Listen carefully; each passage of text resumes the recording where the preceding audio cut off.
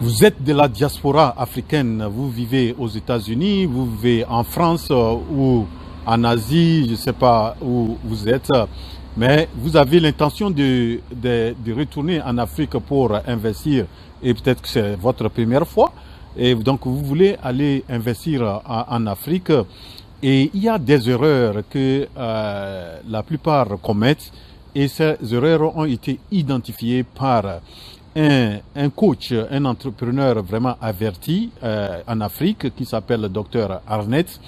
Dr Arnett a vraiment donné 8 erreurs que la plupart des gens de la diaspora commettent pour quand ils s'en vont créer des entreprises en Afrique. Donc je voudrais vous donner dans cette vidéo ces 8 erreurs que nous devrons connaître et essayer d'éviter lorsque nous voulons entreprendre en Afrique. Donc, suivez vraiment bien cette vidéo jusqu'au bout. Et vraiment, si c'est votre première fois de tomber sur cette chaîne, moi, je m'appelle Ouro, je suis entrepreneur et ce que je fais sur cette chaîne, c'est vraiment d'amener mes frères et sœurs africains à se lancer dans l'entrepreneuriat, créer des entreprises prospères et durables en Afrique. Donc, je vous invite à vous abonner et activer la cloche de notification.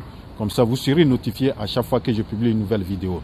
Donc, comme je le disais, donc, je vais vous donner 8 erreurs qui sont beaucoup commises par les gens de la diaspora lorsqu'ils s'en vont investir en Afrique. Et certaines de ces erreurs, moi-même, je les ai commises. Et donc, vraiment, je voudrais, si vous avez l'intention d'aller investir en Afrique, voilà, et des erreurs que vous devrez connaître et essayer de les éviter. La première erreur à éviter lorsque on veut entreprendre en Afrique, c'est d'éviter de prendre des décisions de façon émotionnelle. Vous voyez, on a appris que, surtout actuellement avec les réseaux sociaux, sur YouTube, un peu partout, Facebook, que dans tel pays ou bien ici, si on fait tel business, etc., on peut vraiment réussir ou bien tel business peut rapporter tel pourcentage. Et on saute dessus, on prend une décision de façon émotionnelle. Ça peut être autre type de raison de façon émotionnelle et on s'y lance et après on fait face à vraiment des challenges. Voilà, donc il faut éviter, c'est la première erreur que les gens de la diaspora commettent, c'est qu'on prend des décisions d'aller entreprendre en Afrique de façon émotionnelle. La deuxième erreur que nous commettons, c'est le fait de faire de mauvais choix du marché. Et le marché ici, c'est beaucoup plus relatif au pays, le choix du pays que vous allez aller investir, dans lequel vous allez investir ou bien entreprendre. Et vous savez, en Afrique, nous avons 54 pays. Des fois, et ce qui est un peu relatif aussi à la première erreur, on fait le choix de façon émotionnelle, mais sans tenir compte des réalités de ces pays. Donc, c'est pourquoi Dr Arnett a fait un classement, une typologie des 54 pays d'Afrique. Il a subdivisé les pays africains en 4 différents types de pays. Donc, et vraiment, je voudrais que vous suiviez peut-être. Je vais revenir pour peut-être une autre vidéo, vous donner un peu les différents pays qui font partie de ces différentes catégories-là. Donc, il y a la catégorie des pays à haut risque et à grande opportunité. Donc, vous avez des risques élevés, mais dans ces pays, les opportunités sont très élevées. Donc, ça, c'est des pays que Dr Arnett a classé des pays vraiment et de couleur, je peux dire, orange. Donc, voilà. Maintenant, nous avons aussi des pays qui sont à haut risque, mais à faible ou bien à moindre opportunité. Il n'y a pas trop d'opportunités là-bas. Donc, ça, il faut connaître ces pays-là. Les autres, il y a une troisième catégorie de pays en Afrique, pays en Afrique qu'il a classé, c'est qu'il y a des pays qui ont un risque faible, mais des opportunités élevées. Et c'est ces pays-là qu'il faut vraiment cibler. Donc, il faut les connaître. La dernière catégorie, c'est les pays à faible risque, mais les opportunités aussi sont faibles. Donc, ce n'est pas aussi bon de se lancer dans ces pays, mais ces pays sont plus mieux que les pays à haut risque et à faible opportunité faible. Vous voyez, donc là, c'est les catégories. Donc, il faut connaître ces pays-là. Donc, vous n'êtes pas obligé, parce que vous êtes du Bénin, que vous allez investir au Bénin, mais vous pouvez aller peut-être cibler certains un pays qui a vraiment les risques est faible, mais il y a beaucoup d'opportunités là-bas. Donc ça, c'est la deuxième erreur qu'il faut éviter. Il faut éviter de faire des choix, surtout un pays. Le choix du pays est très important. Donc ça, c'est quelque chose qu'il faut connaître.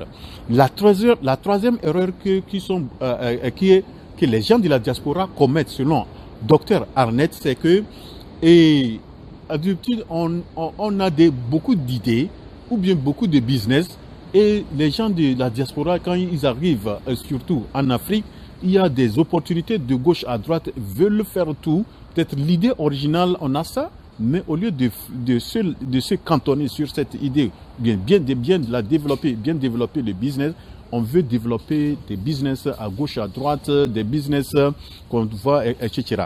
Donc ça, c'est quelque chose qu'il faut vraiment tenir compte, et il ne faut pas se lancer dans plusieurs autres. Quand on arrive au début, il faut vraiment bien maîtriser l'idée et la connaître et mettre beaucoup l'accent sur ça. La quatrième erreur que les gens de la diaspora commettent, c'est le fait de ne pas prendre le temps nécessaire pour d'abord identifier, comprendre et évaluer les risques. Parce que en Afrique, la plupart des pays africains sont des pays émergents, des pays où il y a trop de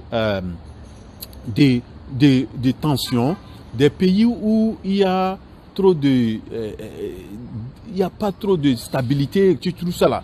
Donc il faut tenir compte de ça. Vous devrez évaluer, identifier, évaluer et les risques avant de pouvoir vous lancer. Donc ça, c'est une erreur qu'il faut éviter. Donc ça, c'est la quatrième erreur.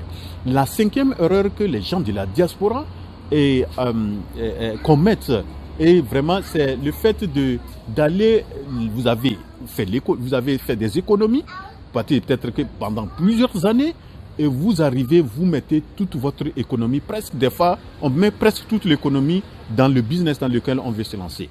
Et donc, il faut éviter une telle erreur. Si vous voulez vraiment investir, prenez une fraction de votre économie ou bien de l'argent que vous allez injecter. Mettez d'abord une fraction. Et cette fraction-là, ça va vous permettre de bien jauger le cadre, l'environnement, le business, etc. Et bien connaître le business et voir. Et c'est lorsque ça marche, vous pouvez injecter plus d'argent. Donc ça, c'est une erreur que généralement on commet aussi. La sixième erreur que les gens qu'on commet sur les gens de la diaspora, c'est que généralement on veut faire des business qui touchent la grande partie de la population, où on fait des business de façon générale, parce qu'on veut faire un business où beaucoup peuvent acheter, que le pauvre, le riche, les gens de la moyenne classe peuvent acheter. On veut faire tel business là. Et lorsqu'on veut le faire, vraiment, vous allez voir que généralement ces business sont des business dont la marge est faible. Et quand c'est comme ça, vous venez d'arriver, vous avez besoin de faire des activités, des business en marge forte. Donc, il faut, généralement, ce que Dr Arnett conseille même, c'est de laisser ça aux gens qui sont déjà sur le terrain, qui sont en Afrique.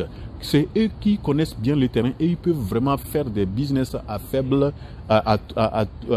taux de marge. Vous voyez, la marge est faible. Donc ça, c'est la sixième erreur qu'on commet. La septième erreur qu'on commet aussi, c'est le fait d'éviter d'aller entreprendre dans des domaines ou bien de faire des domaines ou des services ou bien des produits et des services avec de grandes qualités ou bien de grandes valeurs. Vous savez, lorsque vous allez, il faut vraiment cibler vraiment une couche. Et généralement, aujourd'hui, vous allez voir qu'il y a une couche moyenne, la classe moyenne. Donc, faites des business vraiment qui ciblent ces gens-là. Et ces business, généralement, sont des business à forte rentabilité. Donc, vous visez ces gens et vous ciblez vraiment une niche qui, vous savez, que vraiment capable de pouvoir faire acheter vos produits. Donc, ça, c'est c'est quelque chose qu'il faut vraiment connaître.